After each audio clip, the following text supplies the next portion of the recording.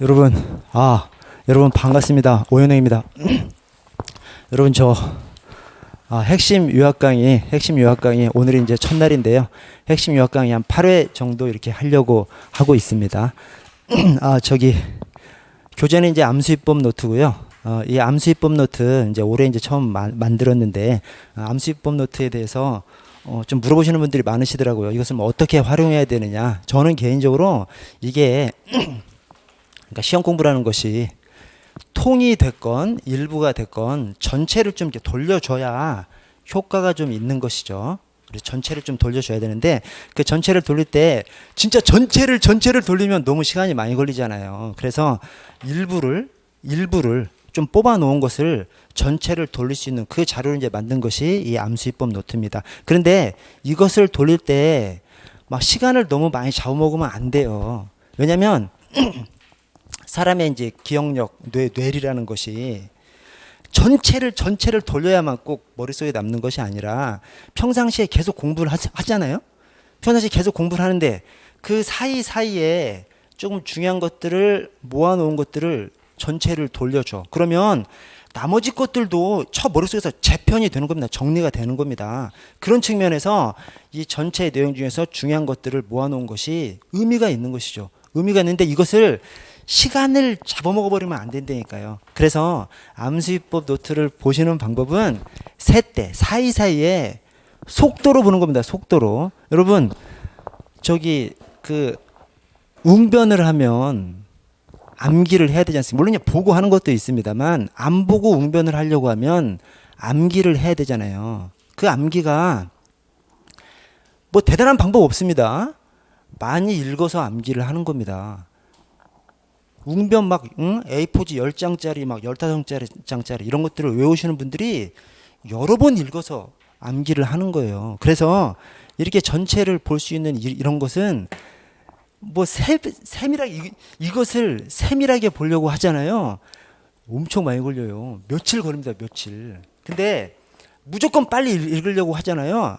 그냥 무조건 빨리 읽는 거야. 그러면 굉장히 빨리 읽을 수 있어요. 그거를 세 때 이 중간 타임을 좀 활용하셔서 그래서 제 생각에는 예를 들어서 이제 점심 시간 끝나고 나서 자리에 앉아서 다른 과목 공부하기 전에 한 2-30분 정도 또는 집에 가는 버스 안에서 이런 식으로 그래서 하루에 고정적으로 시간을 들인다면 30분 이상을 넣지 말고 왜냐면 사람이라는 게 하루에 3시간 읽는 거 하고 그냥 빨리 읽겠다라고 해서 30분 정해서 읽는 것하고 분량이 똑같다니까요. 그래서 일부러 시간을 조금 잡고 대신 그 시간에 많이 읽는 거 눈에만 바른다는 생각으로 많이 읽고 그래서 계속 반복을 해야 되는 것이죠. 반복하다 보면 이게 들어옵니다. 그리고 이게 주로 암기문구를 여기다 이제 좀 적어놨죠. 암기문구 위주로 좀 적어놨지 않습니까? 이 암기문구라는 것이 객관식의 특성이 그렇죠. 주관식은 토시 하나하나 다 내가 외워야 되는 것이죠. 못 외우면 끄집어내서 못 쓰는 것이죠. 객관식 시험 문제 안에 있잖아요. 내용이 그 안에 있기 때문에 어렴풋이 기억하고 있으면 연결이 됩니다. 그래서 이걸 완벽하게 암기되겠다 이런 생각보다는 많이 봐야 되겠다라는 생각으로 이 암수입법 노트를 좀 활용해 주시면 좋겠습니다. 여러분 그리고 지금 이제 시험이 물론 이제 이 오신 분들 중에서 이번 2차 시험이 아니라 내년 1차를 생각하실 분들도 계시겠습니다만 대부분은 이제 올해 2차 시험을 생각하실 텐데 남은 기간이 한 2달 채 안 남았지 않습니까? 근데 마지막 남은 기간에 어떤 것을 공부해야 되느냐? 마지막 남은 기간에는 내가 그동안 봐왔던 교재를 계속 반복하셔야 됩니다. 왜냐? 시험은 하여튼 막판이에요. 시험은 막판에 잘하면 붙는 것이고 막판에 잘못하면 떨어지는 것입니다. 그래서 지금까지 공부했던 것은 이 막판을 위해서 공부를 해온 것이죠. 그래서 지금까지 성실하게 주관하는 아니지만 성실하게 공부하셨기 때문에 대략 내 실력이 7-80% 즉 중간 정도는 차 올라와 있습니다. 그 차 올라와 있는 것을 막판에 이 엄청 강화된 집중력으로 100%를 채워 나가는 겁니다. 그래서 그 막판에 100%를 채워 나가려면 범위를 넓히면 안 되고 내가 봐왔던 교재를 계속 반복해 주셔야 됩니다. 왜냐? 내가 봐왔던 교재에 익숙해져 있지만 그 봐왔던 교재를 100%가 아니라 7, 80% 갖추고 있잖아요. 그 7, 80%를 100% 채우려고 해야 되지, 다른 것들을 막 더 끄집어 당기면 7, 80%도 무너져 버리죠. 그래서 안 됩니다. 그래서 보던 것들을 계속 반복해 주셔야 됩니다. 우리 지금부터 이제 그 마지막까지 커리가 어떻게 되냐면, 이게 이제 핵심 요약이 있고요. 그다음에 이제 동형이 있고요. 그다음에 최종 모의고사가 사회가 이제 이렇게 있지 않습니까? 여러분 헷갈리시면 안 되고, 이거 진짜입니다. 진짜 제 마음입니다. 제 생각입니다. 이게 부수적인 거예요. 그래서 이것만 따라가면 된다는 생각이 아니라 여기에 딱 한정 짓는다라는 생각을 하셔야 됩니다. 이것이 없으면 막 불안하고 막 그러니까 막 넓히려는 생각이 들거든요. 특히 다른 거 말고 우리 이제 경찰학은 작년 2차에서 막 행정법도 막 나왔고, 행정법 대거 쏟아나왔고 막 이런 것들 때문에, 그다음에 우리 이제 경찰학이 뭐 경찰 각종 법령, 각종 이론 플러스 실무까지 합쳐져 가지고 막 바운더리가 엄청 넓습니다. 그래서 막 이 모의고사 저 모의고사 보면 막 못 봤던 것들이 너무 많아. 그거를 다 반드시 붙어야 되니까, 반드시 다 채워야 되겠다라고 생각하는 순간 반드시 떨어지는 거죠. 왜냐? 사람의 인지 능력은 한계가 있어서 너무 벌려놓으면 정확하게 숙지를 못하는 겁니다.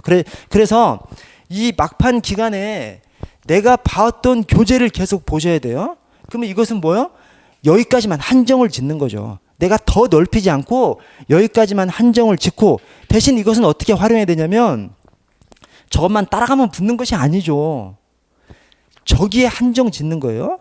주 공부는 내가 그동안 봤던 교재를 계속 돌리셔야 됩니다. 내가 봤던 교재를 최대한 돌리는 것이 나의 지상 목표고, 이것은 여기까지만 넓혀주는 것이죠. 여기까지만. 그래서 핵심 요약 이제 암수위법 노트로 하실 거예요. 보고, 그다음에 도형 모의고사 10회, 그다음에 마지막 최종 모의고사 4회, 이것은 거기까지로만 내 공부 범위를 한정 짓는 거죠. 그리고 내가 봤던 교재를 계속 보는 거죠. 그래서 이것을 어떻게 보셔야 되냐면, 시험을 그러니까 시험을 와서 보실 수도 있으시고, 그냥 독서실 자리에서 출력해서 답 달고 보일 수도 있습니다. 제가 수험생이라면 이 전체를 시험 다 보지 않고, 예를 들어 10회면 한 4회, 5회 정도 시험을 보고 나머지는 그냥 출력해서 답 달고 읽어버리겠어요. 시험을 풀면 내가 공부하는 맛이 나지. 그러나 스트레스가 너무 심하고 또 시간이 너무 많이 들어갑니다. 스트레스가 심하다는 것은 와서 시험 딱 보고 그다음에 뭐 강의 듣고 딱 올라가 보셔요. 진이 확 빠져버려요. 왜냐면 막 전력을 다해서 시험을 보니까 내 에너지가 엄청 뺏겨버리는 거죠. 근데 딱 이 자리에서 출력한 거 답 달고 쫙 읽는 걸로 해버리면 진짜 불과 얼마 시간 안 들여서, 내 계획에 따라서 다 하는데 1시간 정도면 한 2번 보고 바로 그냥 버려버릴 수가 있습니다. 그러면 시간이 엄청 남잖아요. 그런 것들을 좀 저 같으면 활용할 것 같아요. 어쨌든지 간에 이 10회 그다음에 이 사회를 어떻게 활용하셔야 되냐면, 이것만 하면 붙는다라고 생각하면 여기들 막 목매달고 있는 거죠. 그럼 여기도 시간이 다 가버린다니까. 그러면 안 돼요. 이것은 그냥 내 공부의 바운더리를 여기까지만 둔다는 겁니다. 그래서 이것은 빨리 보고 버려버려야 돼요. 그래서 이것은 시험을 보시건 또는 시험을 안 보고 내 자리에서 출력해서 보시든 답 달고 보시든 간에 빠른 속도로 한두 번 딱 보고 버리셔야 됩니다. 그냥 일부러 내가 시간을 딱 정해가지고 1시간이면 30분이면 30분, 1시간이면 1시간, 1시간 배면 1시간 반 딱 정해놓고 그 안에 빨리 보고 딱 버려버려야 되지, 이걸 붙잡고 막 있으면 어떤 때는 저 40문제 하나 가지고 하루가 그냥 지나가 버리기도 해요. 일부러. 그게 바로 계획입니다. 공부라는 것은 계획이에요. 내가 계획을 세워서 1시간 내에 끝내겠다라고 해야 끝내진다니까요. 그렇지 않고 막 넋놓고 막 읽으면 한없이 가다가 조금 졸면 또 1시간 지나고 2시간 지나고 막 그렇게 된다니까요. 그렇게 하시면 안 되고, 이것은 내 공부 범위를 한정 짓는 것일 뿐이다. 그래서 이것은 부수적으로 빠른 시간 안에 한두 번 보고 딱 버리고, 내가 평소에 공부하던 문제집이면 문제집, 뭐 문제집 플러스 이론서 하나면 그거로 다시 돌아가서 그것을 마지막 기간에 최대한 반복해 주셔야 됩니다. 그러면 합격할 수 있습니다, 여러분. 마지막에 내가 보던 교재를 그동안 열심히 공부했기 때문에 그게 한 7, 80% 정도 차 있거든요. 그거를 마지막에 더 채워 주셔야 됩니다. 자, 여러분, 강의 진도는 제가 저 강의 계획표를 못 나눠드렸는데 강의 계획표 없습니다. 그냥 8회이기 때문에 8회이기 때문에 이게 120페이지로 돼 있어요. 120페이지인데 저 앞쪽 목차 빼고 이렇게 하면 한 110페이지 남짓인데 하루에 15페이지 정도 나간다 이렇게 생각하시고 미리 읽어보실 분들은 한 15페이지 정도씩 이렇게 읽어보시고 들어오시면 되겠습니다. 추가로 다른 교재를 보시다가 지금 들어오신 분들이 계세요. 그러면 어떤 문제가 있는지 암기 문구가 조금씩 다르죠. 그것은 너무 신경 쓸 필요 없습니다. 암기 문구는 이것은 암기 문구를 가지고 시험 보는 건 아니잖아요. 기본 내용으로 시험을 보시고 나는 기본 내용을 떠올리기 위해서 암기 문구를 외우는 것이 뿐이기 때문에 암기 문구가 다른 것은 본인이 알고 계신 거 그냥 따라가시면 됩니다. 본인이 알고 계신 거 따라가다가 또 어떤 것은 이게 또 더 맞아. 그럼 또 그걸로 그냥 바꾸셔도 되고 그렇습니다. 그 암기 문구 가지고 너무 스트레스 받지 마시고요. 또 특히 아까 제가 말씀드린 대로 이게 주관식이 아니기 때문에 그냥 토시 하나하나 다 머릿속에서 끄집어내만 쓰는 주관식이 아니기 때문에 계략적으로 내 입에서 맴돌면 시험장에서 지문 안에 내용이 있기 때문에 찾을 수 있습니다. 그래서 암기 문구의 구체적인 표현이 내가 그동안 외운 것하고 다르다라고 해서 너무 스트레스 받지 마시고 암기 문구는 취사하시면 됩니다. 본인 것이 더 좋으시면 본인 거 선택하시면 되는 것이고 이것이 좀 더 낫다라고 하면 이제 바꾸셔도 되는 것이고요. 그래서 그거 가지고 스트레스는 받지 마시고요. 갈 길이 멀어서 그러면 처음부터 여러분 제가 계략적으로 이렇게 쭉쭉쭉 나가도록 하겠습니다. 그래서 여러분들께서 숙지하고 계신 내용들을 좀 리마인드 한다는 생각으로 머릿속에서 이렇게 좀 돌려본다는 생각으로 좀 들어주시면 좋겠습니다. 먼저 경찰 개념의 변천이 고중경법이 모견의 소보죠. 그래서 고중경법이는 이제 시대를 고대 국가부터 고대, 중세, 경찰 국가 이렇게 시대를 구분해 놓은 것이고 모견의 소보는 그 안에서 경찰이라는 개념의 내용이죠, 내용. 그 내용이 고중경법에 따라서 모견의 소보로 줄어드는 과정이죠. 축소되는 과정입니다. 그래서 과거에는 그냥 경찰이라는 이름으로 그냥 모든 국가 활동을 다 그냥 경찰이라는 이름으로 그냥 국민들을 억압하고 마음대로 하고 그랬다고 한다면 국가가 마음대로 하지 못하고 점차적으로 국가의 작용이 줄어드는 경찰 작용, 국가 작용이 줄어드는 축소되는 과정으로 경찰 개념이 발전했습니다. 자, 그리고 이 지금 대륙법계 경찰 개념이잖아요. 대륙법계 경찰 개념. 우리는 일본에서부터 대륙법계를 배워와서 우리도 대륙법계하고 일본하고 배우기 때문에 이 대륙법계 학문의 전통이 우리한테 많이 들어와 있습니다. 그래서 이제 대륙법계를 배우는 것이고, 그다음에 이 대륙법계 경찰 개념이 고중경법이 각 경찰 개념은 모견의 소보죠. 모든 교행정 제외한 모든. 그다음에 내무행정으로. 그다음에 소극적 질서행정으로 또 보안경찰로 이렇게 이제 줄어드는데 다만 여기에서 대륙법계 경찰 개념의 완성은 어디일까요? 맨 끝에 최종적으로 축소된 2차 세계대전 이후의 보안경찰일까요? 그렇지 않습니다. 대륙법계 경찰 개념은 법치국가 경찰 개념 그 자체가 대륙법계 경찰 개념입니다. 그래서 그냥 이렇게 옆에다가 하나 좀 적어 주십시오. 법대 실행 이렇게 하나 적어 주세요. 법대 실행. 뭐냐면 자, 대륙법계 경찰 개념은 법치국가 시대에 완성이 됩니다. 그래서 대륙법계 경찰 개념이 이꼴 법치주의 경찰 개념이에요. 그 법치주의 경찰 개념이 실질적 의미의 경찰 개념이에요. 실질적 의미의 경찰이 뭐예요? 성질상 경찰이잖아요. 성질상 경찰이 실질적 의미의 경찰인데 그것이 바로 그냥 다른 설명 없이 대륙법계 경찰 개념 하면 그것이 실질적 의미의 경찰 개념이고 그것이 법치주의 시대 때 완성이 됐습니다. 자, 이것이 행정경찰이에요. 행정경찰. 그래서 여러분 저 법치주의 뒤에 이 법치주의 경찰 개념이 실질적 의미의 경찰 개념이니까 법치주의 뒤에 경찰 개념이 더 분화돼서 비경찰화 현상이 일어나면 법치주의 뒤에 2차 세계대전 이후에 비경찰화 되면서 경찰기관의 기능들이 막 일반 행정기관에 분화되면서 법치주의 경찰 개념이 분화되지 않습니까? 보안경찰하고 협의의 행정경찰하고 분화됩니다. 그 법치주의 경찰 개념이 실질적 의미의 경찰 개념이라니까요. 그래서 실질적 의미의 경찰 개념이 보안경찰하고 협의의 행정경찰로 분화가 됩니다. 자, 협의의 행정경찰이 있어. 거기다가 보안경찰을 합해. 그러면 협의자를 빼서 행정경찰이든 광의의 행정경찰이든 되는 거죠. 그래서 행정경찰이 실질적 의미의 경찰을 쪼갠 것이 보안경찰하고 협의 행정경찰로 나누니까 협의 행정경찰에다가 이걸 합하면 다시 실질적 의미의 경찰이 되고, 그것이 협의 행정경찰에다가 뭘 합하니까 협의자를 빼야 되는 것이죠. 행정경찰이 실질적 의미의 경찰이라니까요. 그래서 이 대륙법계는 행정법학 측면에서 경찰 개념을 정립을 해버린 거예요. 그래서 한마디로 행정경찰, 좀 쉽게 표현하면 권력행정을 곧 실질적 의미의 경찰, 성질상 경찰로 보는 것이 바로 대륙법계 경찰 개념입니다. 그래서 이 법대 실행, 이것을 좀 생각을 해주세요. 법대 실행.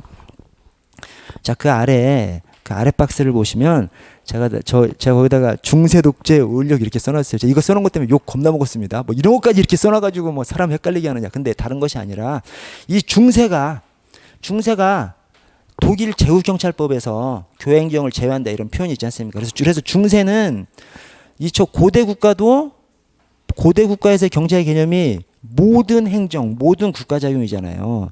중세도 마찬가지입니다. 중세도 사실은 모든 행정, 모든 국가작용이에요. 대신 중세가 끝나가는 16세기에 그때 독일 제국경찰법에서 교행정은 제외했대. 이겁니다.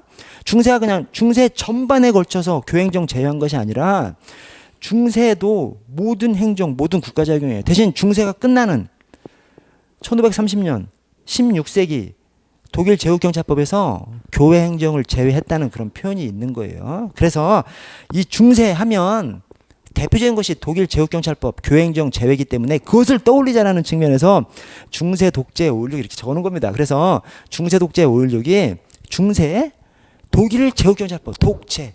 근데 516에 5는 의미가 없고 우리 차에 516이 516 군사 쿠데타잖아요. 그래서 516을 좀 떠올리자. 근데 여기서 핵심이 뭐예요? 16이죠. 16세기에. 그래서 독일 제국경찰법에서 16세기에 교행정을 제외했다라는 표현이 있다. 근데 이게 왜 중요하느냐? 대륙법계 경찰 개념의 변전사를 얘기할 때 세기, 몇 세기 이게 나오면 이제 엄청 헷갈리죠. 근데 그것이 이 16세기를 딱 떠올리면 바로 좀 해결이 됩니다. 왜냐하면 중세가 독일 제국경찰법 16세기고요. 그러면 중세 다음이 경찰국가, 법치국가로 이어지지 않습니까? 독일 제국경찰법이 16세기, 경찰국가가 17세기, 법치국가가 18세기 이렇게 가는 겁니다. 16세기, 17세기, 18세기 이렇게 가는 것이고 16세기 그 앞쪽으로도 독일 제국경찰법이 16세기예요. 그럼 독일이 어디에서 전수를 받아? 하여튼 머릿속에 그런 것이 있을 거예요. 뭐 어디에서 경찰 개념을 정립하고 어디로 전수해주고. 그래서 독일 제국경찰법이 16세기야. 프랑스에서 독일로 전수를 해주는 것이 바로 15세기입니다. 15세기 말. 그러면 프랑스에서 정립한 것은 그 전이겠지. 14세기 말입니다. 그래서 16세기를 기준으로 하면 그 뒤가 바로 경찰국가 17세기, 법치국가 18세기. 그 다음에 16세기 전으로는 프랑스에서 독일로 전수를 해준 것이 15세기 말. 그 프랑스에서 개념을 정립한 것이 14세기 말. 그렇게 갑니다. 그래서 16세기가 기준이라는 거예요. 중세 16세기가 기준이고 뒤쪽으로 앞쪽으로 세기가 연결되어 있다. 그것 때문에 이제 중세 독재 516을 숙지하시라는 것이고요.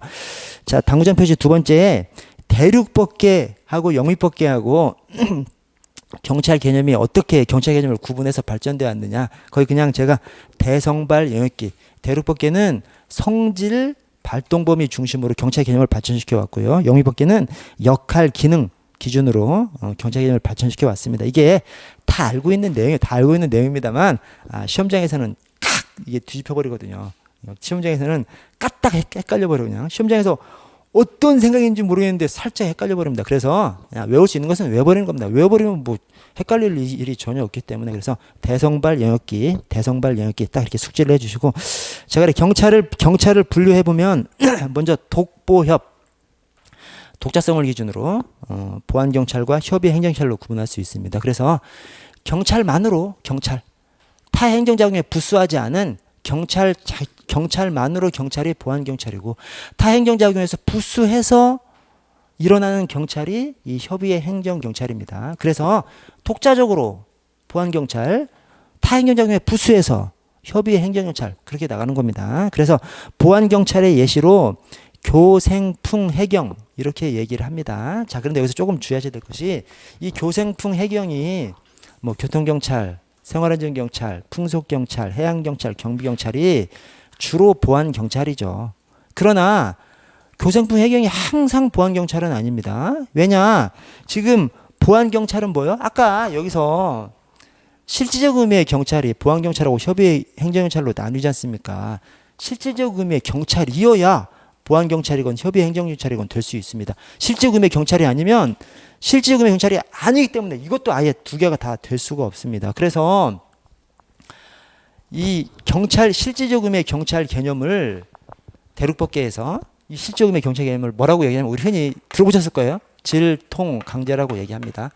그래서 사회 공공의 안녕과 질서 유지를 위해서 일반 통치권에 근거해서 국민에게 명령 강제하는 작용을 실질적 의미의 경찰이라고 합니다. 이 실질적 의미의 경찰을 좀 줄여서 쓰면 사회 공공의 안녕과 질서에 대한 위험 방지라고 합니다.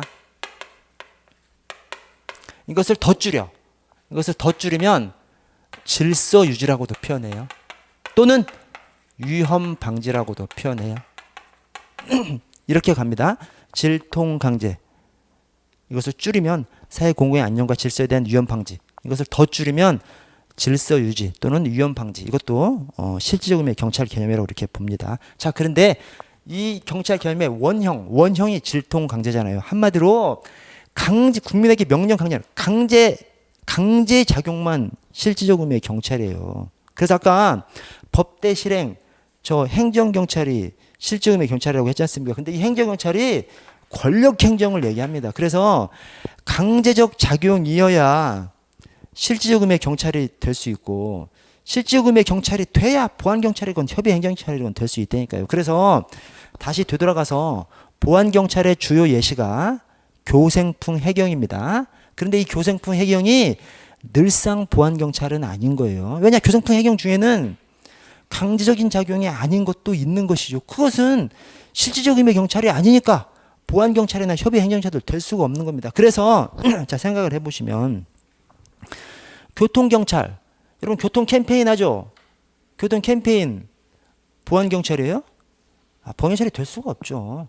교통 캠페인 그냥 서비스 경찰 작용이기 때문에 강제적인 작용이 아니지 않습니까? 그냥 뭐 피켓 들고 뭐 그렇게 하는 것이기 때문에 강제적인 작용이 아니기 때문에 비록 교통경찰이지만 실질적 의미의 경찰이 아니니까 보안경찰도 될 수 없는 겁니다. 자, 또 풍속경찰이 주로 보안경찰이죠. 그러나 풍속경찰 중에서 이 풍속영업규제법에 이게 있어요.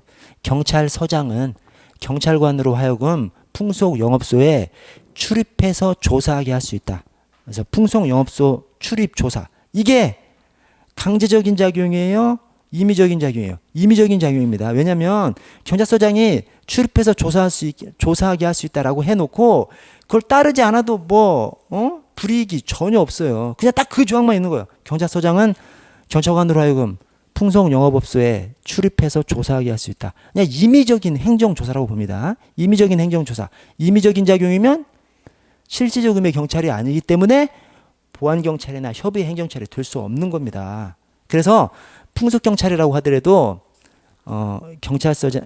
경찰관의 풍속영업소 출입조사 이것은 임의적인 행정조사이기 때문에 임의작용이기 때문에 실질적 의미의 경찰이 아니고 실질적 의미의 경찰이 아니기 때문에 협의의 행정경찰이나 보안경찰이나 다 아닌 것이죠. 그래서 비록 보안경찰의 예시로 교생풍 해경을 들고 있습니다만 교생풍 해경의 모든 것이 다 보안경찰은 아니다라는 예시를 좀 알고 계셔야 됩니다. 이 내용이 저 공제 문제집에 장황하게 좀 들어가 있어요. 그래서 그 생각을 좀 하셔야 됩니다. 교생풍 해경이 무조건 다 보안경찰인 것은 아니다. 보안경찰의 주요 예시인데 그래서 교생풍 해경이 주로 보안경찰이지만 보안경찰이 아닌 것도 있다. 왜냐? 실질적 의미의 경찰이 아니어서. 자, 목사행 목적에 따라서 분류를 해보면 사법경찰, 행정경찰 그냥 딱 그겁니다. 사법 목적, 행정 목적, 처벌하기 위한 목적, 그냥 행정 목적. 그래서 목사행 또는 삼권 분립이라고 해서 삼사행, 목사행, 삼사행. 자, 질질봉 경찰 활동의 질과 내용에 따라서 질서경찰과 봉사경찰로 구분할 수 있습니다. 여기서 질과 내용이라고 하는 것은 권력 작용이냐 비권력 작용이냐 그겁니다. 그래서 권력적 수단의 경찰은 질서경찰, 서비스 경찰을 봉사경찰 이렇게 얘기하고요. 자, 시즌 내 발동 시점에 따라서 예방경찰과 진압경찰로 그래서 예방경찰은 사전경찰 사전에 발생하기 전에 그다음에 진압경찰은 사후에. 자, 소국자 권한과 책임의 소재가 국가에 있으면 국가경찰, 권한과 책임의 소재가 자치단체에 있으면 자치경찰에서 소국자, 권한과 책임의 소재, 소국자 이렇게 숙지를 해주시고요. 자, 오른쪽에 실정법상 경찰의 임무를 보시면 경찰의 임무가 국자법에 들어가 있죠. 경찰의 임무하면 여러분 제가 여기다 이제 경지법을 적어놨는데 제가 이제 경지법을 적어놓은 이유가 국자법하고 똑같은 내용이 규정돼 있다라는 것을 얘기하려고 적어놓은 것이지 사실상 어떤 기관의 임무라고 얘기하면 조직법에 적혀 있죠. 그죠? 그래서 조직법이라는 것이 그 조직이 담당한 임무하고 그 조직이 일을 하는 그 큰 틀의 조직, 큰 조직 체계를 규정하고 있는 것이 조직법이죠. 그래서 우리 경찰의 임무는 조직법인 국자법, 이 국자법이 국가경찰과 자치경찰의 조직 및 운영에 관한 법률이 공식적인 약칭은 경찰법입니다. 그러나 이제 경찰법이라고 하면 개정 전 경찰법하고 헷갈리니까 우리는 그냥 국자법이라고 통상 그냥 얘기를 합니다. 그래서 저도 이제 국자법이라고 얘기할게요. 그래서 자, 국자법을 가지고 조직의 임무를 얘기해야 되는 것이죠. 원칙적으로 조직의 임무는 조직법에 규정되어 있는 것이니까 조직의 임무, 경찰의 임무하면 국자법을 가지고 얘기해야 됩니다. 그러나 국자법이 이 경직법하고 내용이 똑같아서 어쨌든 자, 먼저 경직법은 국자법하고 경찰의 임무가 똑같은데 경직법은 7호 체제로 되고 국자법은 8호 체제로 되어 있죠. 이제 그 이유가 이 범죄 피해자 보호를 경직법에서는 2의 2로 하나 죽어 있죠. 하나 2의 2로 돼 있고 국자법에서는 3호로 이제 빼놔가지고 국자법은 8호 체제고 경직법은 7호 체제로 되어 있습니다. 그러나 내용은 똑같고요. 내용은 똑같고 자, 그 다음에 경직법 2의 2를 보시면 범죄 피해자 보호입니다. 범죄 피해자 보호지 이것은 이제 범죄 피의자 보호라고 해서 이제 틀린 지문을 많이 만들어요. 이제 그 점 하나 조심해 주시고 그 다음에 이 2의 2호 범죄 피해자 보호가 뒤에 숨어 있는 이념이 있습니다. 그 이념이 뭐예요? 사회적 법치국가 이념입니다. 사회적 법치국가 뭐요? 법치국가가 있고 사회적 법치국가가 있죠. 법치국가는 아까 소극적 질서 유지입니다. 소극적 질서 유지. 즉 국가가 마음대로 막 국민을 막 때려잡고 휘어잡고 규제하고 하던 것에서 법치주의가 뭐예요? 야, 국가 너네들도 법에 따라서만 하라는 거지 않습니까? 법에 따라서만. 또 특히 우리 경찰작용은 소극적 목적으로만 이렇게 하라는 거예요. 그래서 법치국가는 소극적 국가입니다. 근데 그렇게 국가가 가급적 국민한테 개입하지 않고 법에 있는 것만 소극적으로 개입을 하다 보니까 어떤 문제가 생기냐면 열악한 입장에 있는 사람들, 뭐 장애인이라든가 노인이라든가 여성이라든가 이런 소수자들은 힘들더라는 거예요. 그래서 오늘날의 법치국가는 모양을 좀 달리해서 발전을 해버려서 그 발전한 것이 사회적 법치국가입니다. 그래서 그냥 법치국가는 소극국가인데 사회적 법치국가는 적극국가예요. 그래서 어디에다 적극적으로? 늘상 적극적으로가 아니라 기본적으로 법치국가 틀 안에서 법에 따라서 또 경찰은 소극적 질서유지만 위해서 하는데 다만 처사회적 약자들을 위해서는 특별히 적극적으로 국가 공권력을 발동하라는 겁니다. 그것이 바로 사회적 법치국가입니다. 그래서 옛날에는 범죄 피해자 증거죠, 증거. 증거에는 이제 인적 증거, 물적 증거가 있으니까 범죄 피해자 그냥 증거일 뿐이에요, 증거. 인적 증거일 뿐입니다. 옛날에는. 그래서 범죄 피해자를 보호한다는 생각을 못했죠. 여러분, 이 범죄 피해자 보호 조항이 불과 몇 년 전에 들어왔어요. 한 6, 7년 전에 경제법에 들어왔습니다. 오래된 조항이 아닙니다. 그래서 오늘날의 법치국가는 사회적 법치국가다. 사회적 법치국가는 적국 국가다. 법치국가처럼 소국 국가가 아니라 적국 국가다. 여기서 적국이 어디에다 적국? 소외된 사람들, 범죄 피해자, 범죄 당해봐요. 미치는 거지. 그러죠. 막 진짜 사람이 겪어서는 안 될 것을 겪은 거지 않습니까?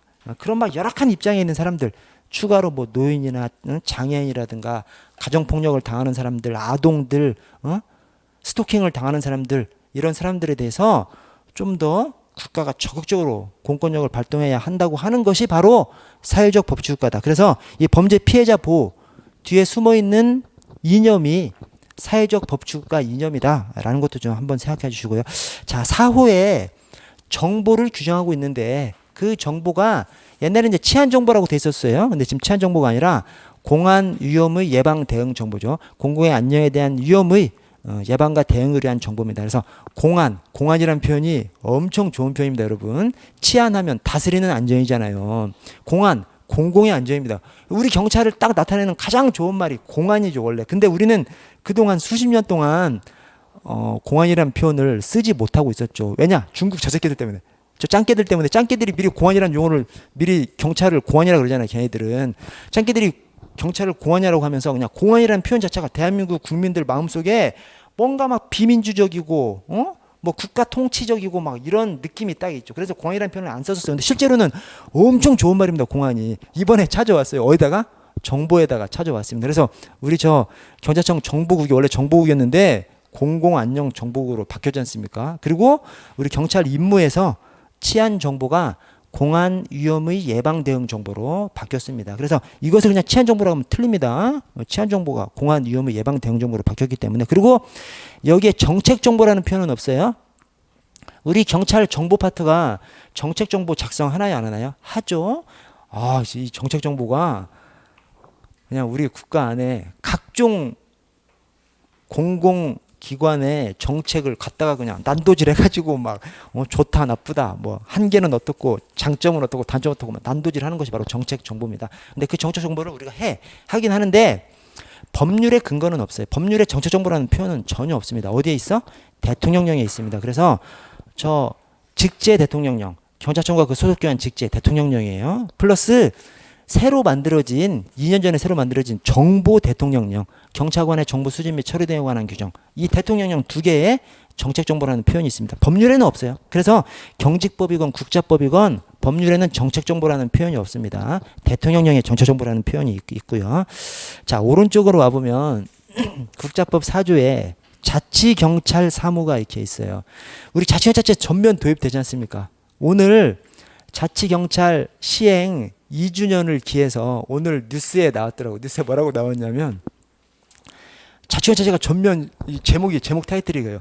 자치경찰제 전면 시행됐으나 자치경찰 공무원은 없다. 이게 제목이에요. 그게 현재 자치경찰제의 정확한 현 주소입니다. 여러분 자치경찰제 도입됐는데 자치경찰 공무원이 있어요? 없어.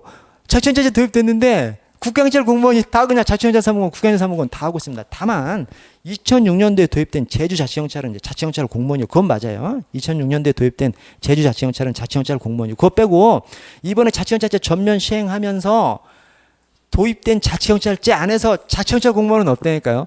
국가경찰 공무원이 자치경찰 사무도 하고 국가경찰 사무도 하고 하는 것이 현재 자치경찰제입니다. 왜곡됐죠. 그래서 지금 자치경찰제가 어떤 것을 보고 자치경찰제라고 하냐면 국가의 사무를 경찰의 사무를 국가경찰 사무하고 국가경찰 사무 그다음에 자치경찰 사무로 나눈 거 이걸 갖다가 자치경찰제 도입했다고 이제 그렇게 얘기하고 있습니다. 다만 국가경찰 사무 안에도 수사사무가 있고 자치경찰 사무 안에도 수사사무가 있죠. 그래서 수사사무가 양쪽에 걸쳐서 있죠. 그래서 경찰 사무는 크게 이대별 해놓고 대신 지휘감독 체계는 크게 3원의 지휘감독 체계를 만들어 놨습니다. 그래서 수사사무를 제외한 국가경찰 사무는 경찰청장이 지휘감독을 하고 수사사무는 국수본부장이 지휘감독을 하고 수사사무를 제외한 자치경찰 사무는 시도자경위에서 지휘감독을 하도록. 그래서 사무는 크게 이대별을 해놓고 지휘감독 체계는 크게 삼원의 지휘감독 체계를 만들어 놓은 것이 현재 자치경찰 제도입니다. 제가 이것을 왜 그래 드렸냐면 이렇게 사무를 구분하고 지휘감독 체계를 만들어 놓은 다음에 경찰청장은 수사사무를 제외한 국회경찰 사무만 지휘감독하고 수사사무에 관여할 수 있어 없어요? 관여할 수 없습니다. 자, 두 번째, 자치경찰 사무에도 원칙적으로 관여할 수 없어요. 다만 예외적으로 관여할 수 있게 해놓은 것이 있습니다. 그것이 수사사무에 있어서는 여러분 근데 이거 어디에 있나 없나 모르겠어. 저거는 이게 이제 비제 동광입니다.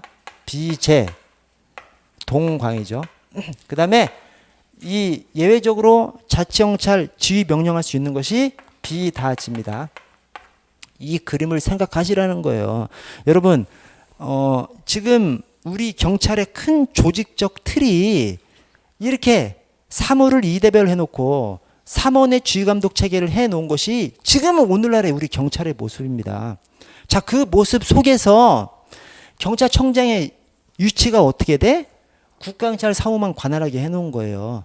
원칙적으로 수사사무하고 자치경찰 사무에는 관여하지 못하도록 해놨습니다. 그런데 예외적으로 일정한 경우에는 수사사무에 대해서 경찰청장이 개별 사건에 대해서 지휘 감독할 수 있도록 해놨습니다. 누구를 통해서? 국수본부장을 통해서.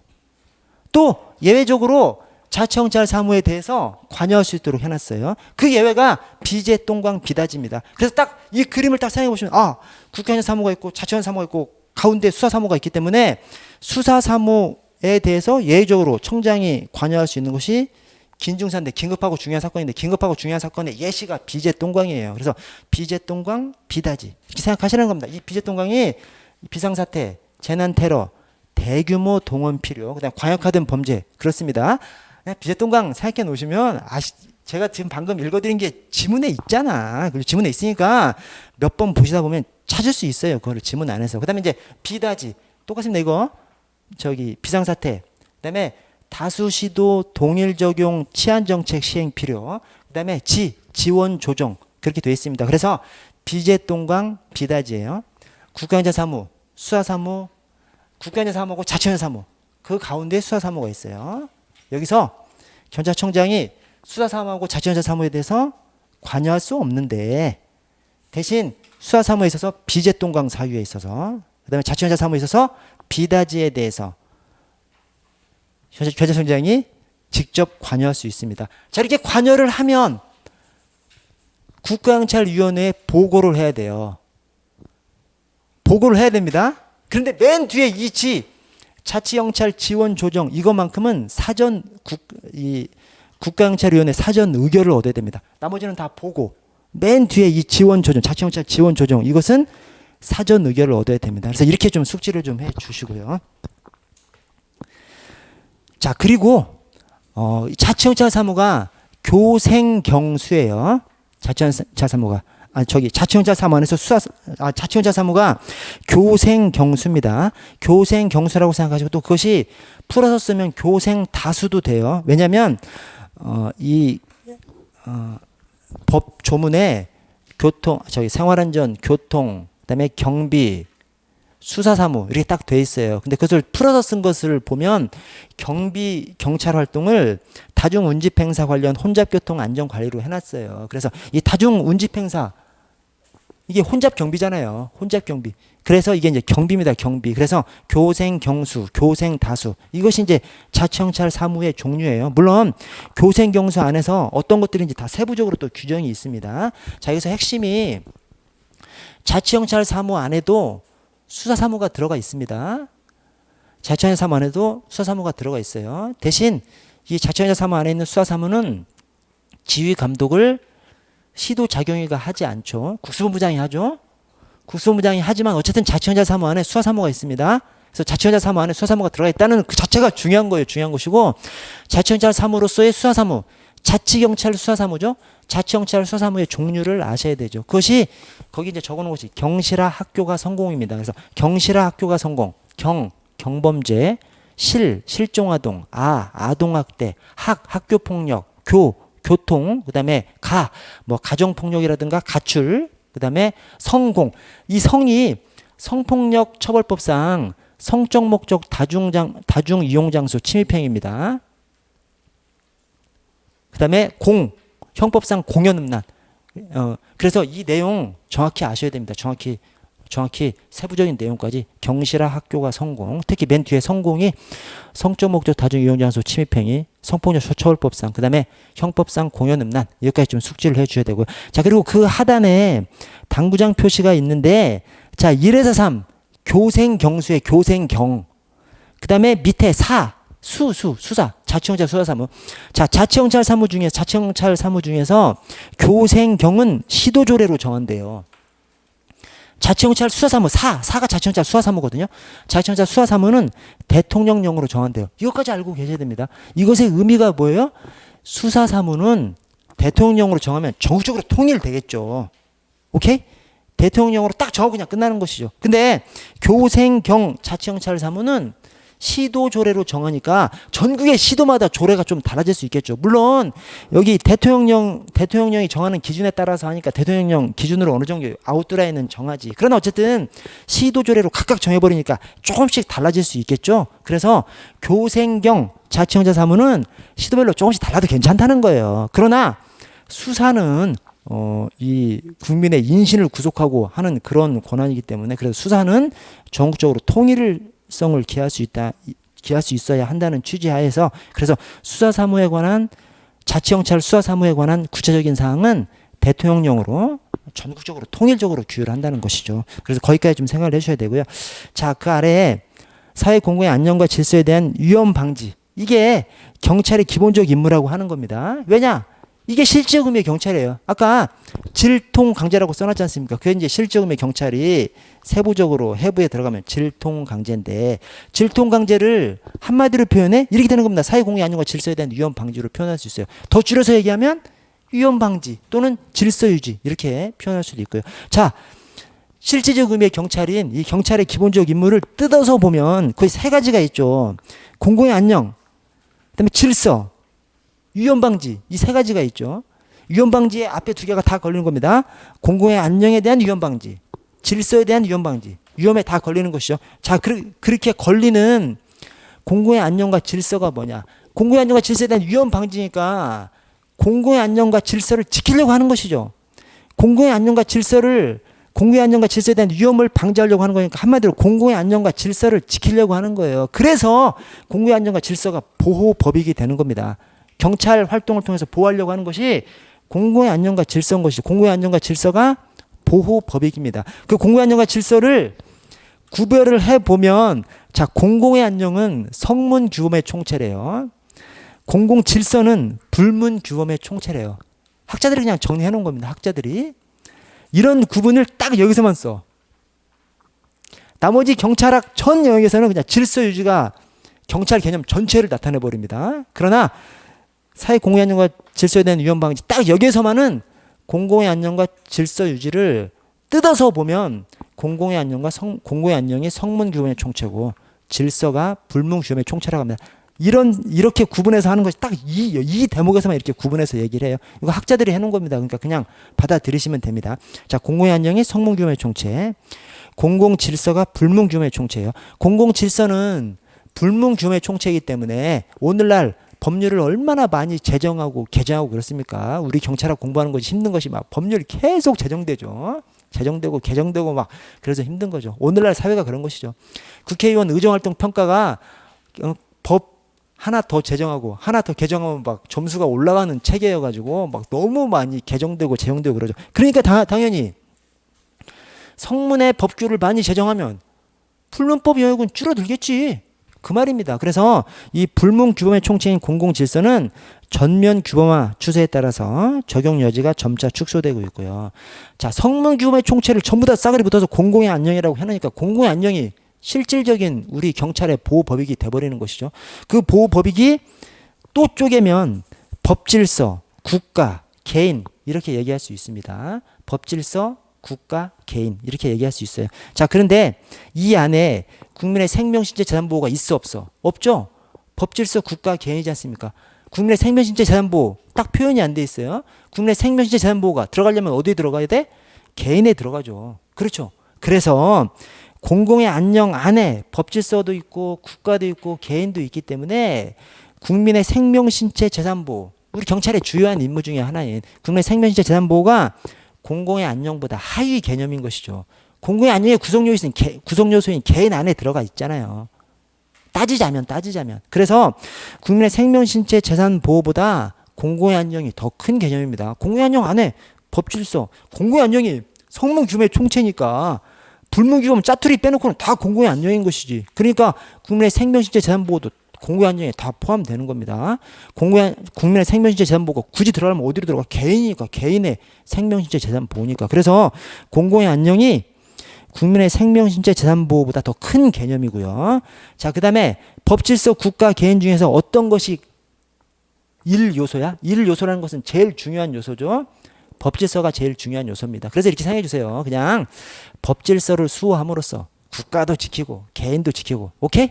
그러니까 법질서를 수호함으로써 국가도 지키고 개인도 지키니까 국가, 개인보다 법질서가 더 위에 있는 것이죠. 그래서 법질서를 수호함으로써 국가도 지키고 개인도 지키고. 그래서 법질서 수호가 공공의 안녕의 제1요소다. 이렇게 생각을 해주시고요. 자, 이제 위험으로 갑니다. 위험. 공공의 안녕의 위험, 공공 질서의 위험을 방지하는 것이 이제 경찰인 것이죠. 자, 위험이란 먼저 위험의 개념 요소, 정의, 위험의 정의에서 위험이란 위험 안에 손해란 표현이 들어가 있습니다. 제가 그래서 거기다 위안손 이렇게 적어놨어요. 이게 좀 낯간지러운 건데 위험 개념 안에 손해란 표현이 들어가 있다는 거예요. 그 거꾸로는 안 돼. 거꾸로는 손해 개념 안에 위험이란 표현은 없어요. 위험 안에 손해란 표현이 있습니다. 그래서 위험이란 가까운 장래 공공의 안녕이나 질서에 손해가 나타날 가능성이 개개의 경우에 충분히 존재하는 상태. 여기에 공공의 안녕이나 질서가 뭐예요? 보호법익입니다. 그래서 그 표현을 보호법익으로 바꿔놓은 것도 있어요. 그래서 위험이란 가까운 장래 공공의 안녕이나 질서에 손해가 나타날 가능성이 개개의 경우에 충분히 존재하는 상태. 이렇게 표현하기도 하고, 위험이란 가까운 장래에 보호법익에 손해가 나타날 가능성이 충분히 존재하는 상태. 이렇게 표현하기도 합니다. 공공의 안녕이나 질서가 보호법이기 때문에 이제 그래요. 어쨌든 위험 개념 안에 손해란 표현이 들어가 있다. 그래서 위안손, 위험 안에 손해가 있는 거예요. 그 반대는 해당이 안 돼. 위험 안에 손해가 있어요. 그래서 손해를 개념 정의하면서 그 안에 위험이 있으면 틀린 질문이 되는 것이죠. 위안손이니까 위험 개념 안에 손해가 있고요. 손해는 감소가 손해입니다. 위험은 손해의 가능성이고 손해는 감소예요. 그래서 손해의 개념 정의가 보호법익의 정상적 상태의 객관적 감소예요. 보호법익의 정상적 상태의 객관적 감소. 감소가 손해지. 딱 맞아. 우리 직관적으로도 맞지 않습니까? 감소가 손해고 손해의 가능성이 위험이고, 그래서 위안손, 위험 개념 안에 손해가 있는 것이죠. 손해의 가능성이 위험이고 감소가 손해고 그렇게 가는 것입니다. 자, 위험을 분류해 보면 이제 두 가지로 분류하죠. 이제 하나는 여기 인식에 따라서 위험에 대한 인식을 기준으로 외관적 위험, 오상 위험, 위험 혐의 이렇게 구분을 하고, 위험의 구체성 여부에 따라서 구체적 위험하고 추상적 위험으로 이렇게 구분을 합니다. 자, 먼저 외관적 위험, 오상 위험, 위험 혐의 이렇게 구분을 할 때 이 중에서 위법한 경찰권 개입은 어떤 거죠? 딱 오상 위험에 경찰권 개입하는 것만 위법한 경찰 개입입니다. 나머지는 경찰권 개입이 적법해요. 왜냐하면 외관적 위험은 위험의 외관이 있는 거야. 위험의 외관이 있으면 경찰권 개입해야 되는 것이죠. 자, 그래서 경찰이 밤에 순찰을 돌다가 집 안에서 막 사람 살려. 진짜로 누구 죽는 것 같아. 문이 닫혀 있어. 문 깨고 들어간 거죠. 깨고 들어갔더니 노인네가 막 보청기 끼고 막 TV 드라마를 크게 틀어서 TV에서 막 살인극이 막 나오고 있어. 위험이 없는 거죠.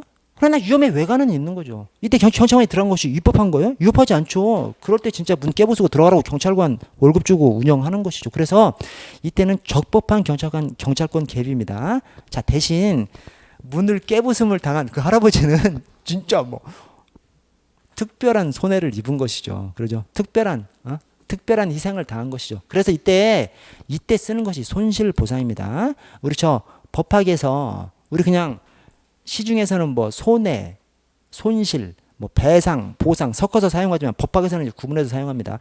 적법에 대해서는 손실이고 보상입니다. 위법에 대해서는 손해고 배상으로 갑니다. 그래서 이때 경찰권 개입이 위법한 것이 아니에요. 외관이 있었으니까 결론적으로 위험이 없었다는 것이지 외관이 있었으니까 경찰권 개입은 정당한 것이고 적법한 것입니다. 그러나 그 개인이 당한 특별한 희생에 대해서는 보상해 주는 것이 바로 손실보상입니다. 그래서 이때 국가배상, 손해배상, 국가배상하고 손해배상이 똑같다고 생각합니다. 국가가 배상해 주는 거, 국가가 손해배상해 주는 것이 국가배상이에요. 그래서 국가배상, 손해배상은 해당이 안 돼요. 적법한 것이니까.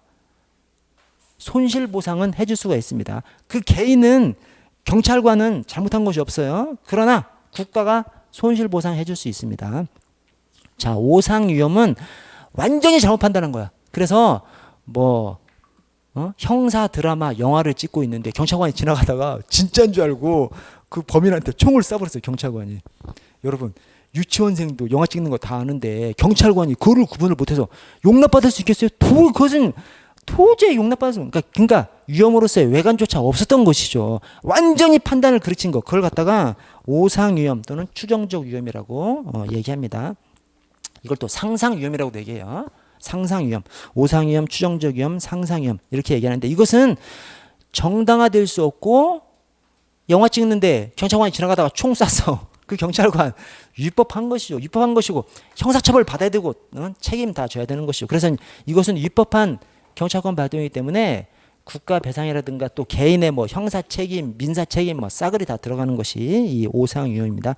자, 위험 혐의는 그냥 혐의만 있어. 확실하진 않아. 그럼 그 혐의를 밝히려고 하는 정도의 경찰권을 발동할 수 있죠. 이제 그걸 갖다가 표현을 위험 조사 차원의 개입이 정당화된다. 대신 이때도 전면적으로 경찰권을 발동하면 그것은 또 위법하다고 또 얘기합니다. 그 점은 좀 주의해 주시고요.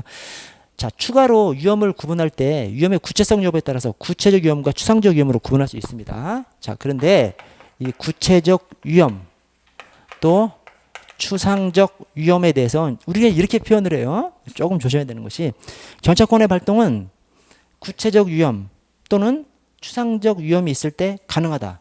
이렇게 말합니다. 그러면 이제 그게 오해요.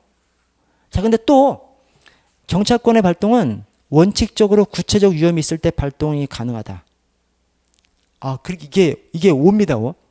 그러니까 이게 막 우리들의 약속인 거죠. 그 약속이 좀 헷갈리는 것이 경찰권의 발동은 구체적 위험 또는 추상적 위험이 있을 때 경찰권을 발동할 수 있다. 이게 맞는 표현이에요. 근데 또 맞는 표현이 경찰권은 원칙적으로 구체적 위험이 있을 때 발동 가능하다. 발동 가능하고 예외적으로 추상적 위험이 있을 때에도 발동 가능하다. 이것도 맞는 표현으로 봐버려요. 그러면서 또 이런 표현도 있습니다. 경찰권의 발동은 원칙적으로 구체적 위험이 있을 때 발동이 가능하지만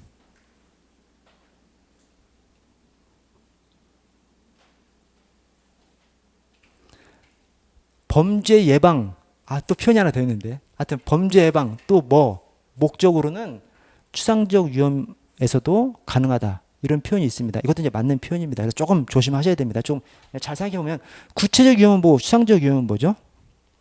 구체적 위험은 자, 우리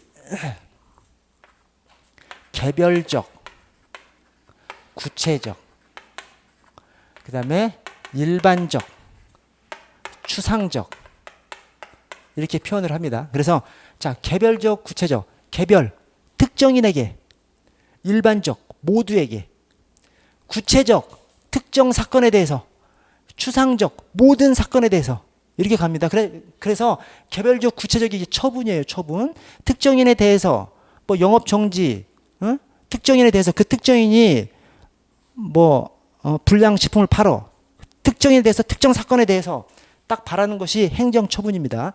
자, 일반적 모든 사람에게 대해서 추상적으로 그냥 특정 부정식품을 몇 날 몇 월 며칠에 부정식품을 판 거, 그것이 이제 개별 사건이고 그냥 부정식품을 팔지 말라고 하는 거, 그것이 모든 사건이죠. 그것이 이제 추상적입니다. 그래서 일반적 모든 사람에게 모든 사건에서 이것이 입법입니다. 입법.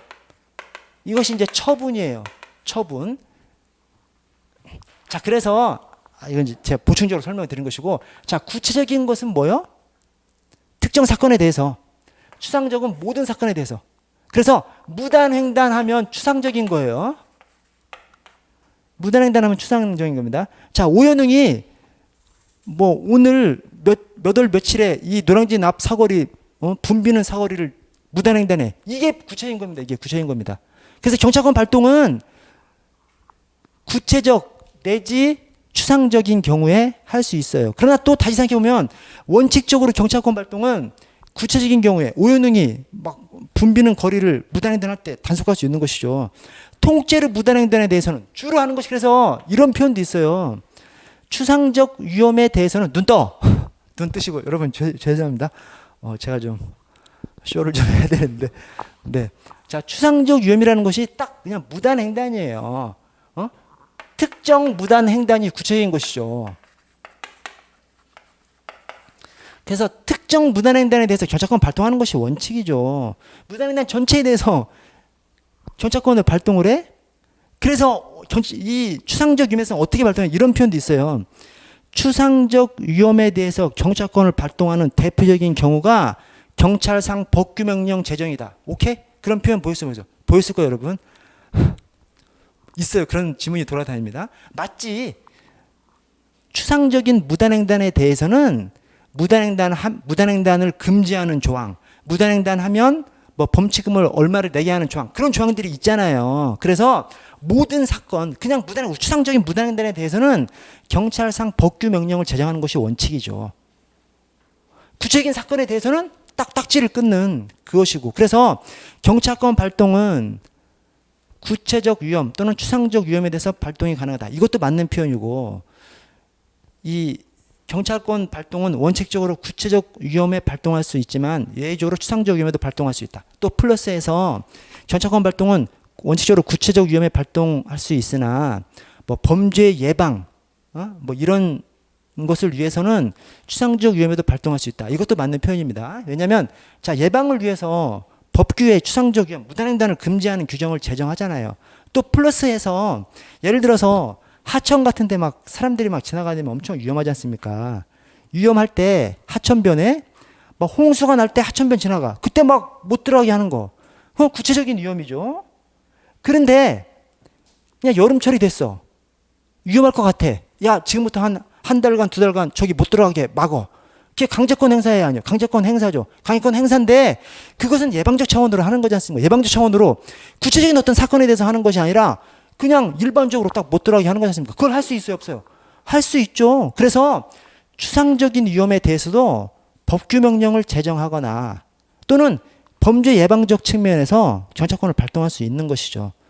그래서 구체적 위험에 경찰권을 발동하는 것하고 추상적 위험에 경찰권을 발동하는 건 조금 달라서 표현이 여러 표현이 돌아가는 겁니다. 근데 그 표현이 경찰권 발동은 구체적 위험 또는 추상적 위험에 대해서 경찰권 발동 가능하다. 맞는 표현으로 봅니다. 근데 또 플러스해서 경찰권의 발동은 원칙적으로 구체적 위험에 대해서 발동할 수 있으나 예외적으로 추상적 위험에 대해서도 발동할 수 있다. 맞는 표현이에요. 플러스해서 경찰권의 발동은 원칙적으로 구체적 위험에 대해서 발동할 수 있지만 범죄 예방 등등의 목적으로는 추상적 위험에도 발동할 수 있다. 맞지? 특정 누가 홍수가 나서 막 위험할 때뿐만 아니라 여름 되니까 이제 혹시 모르니까 야 3개월 동안 저기 하천 진입 막어 할 수 있잖아. 예방적 측면에서 할 수 있는 것이죠. 그래서 구체적 위험, 추상적 위험 조금 조심해 주시고요. 미쳤다. 나 한 페이지밖에 못했나 봐. 여러분 저 10분만 쉬었다가 저기 2자에 시작하도록 하겠습니다.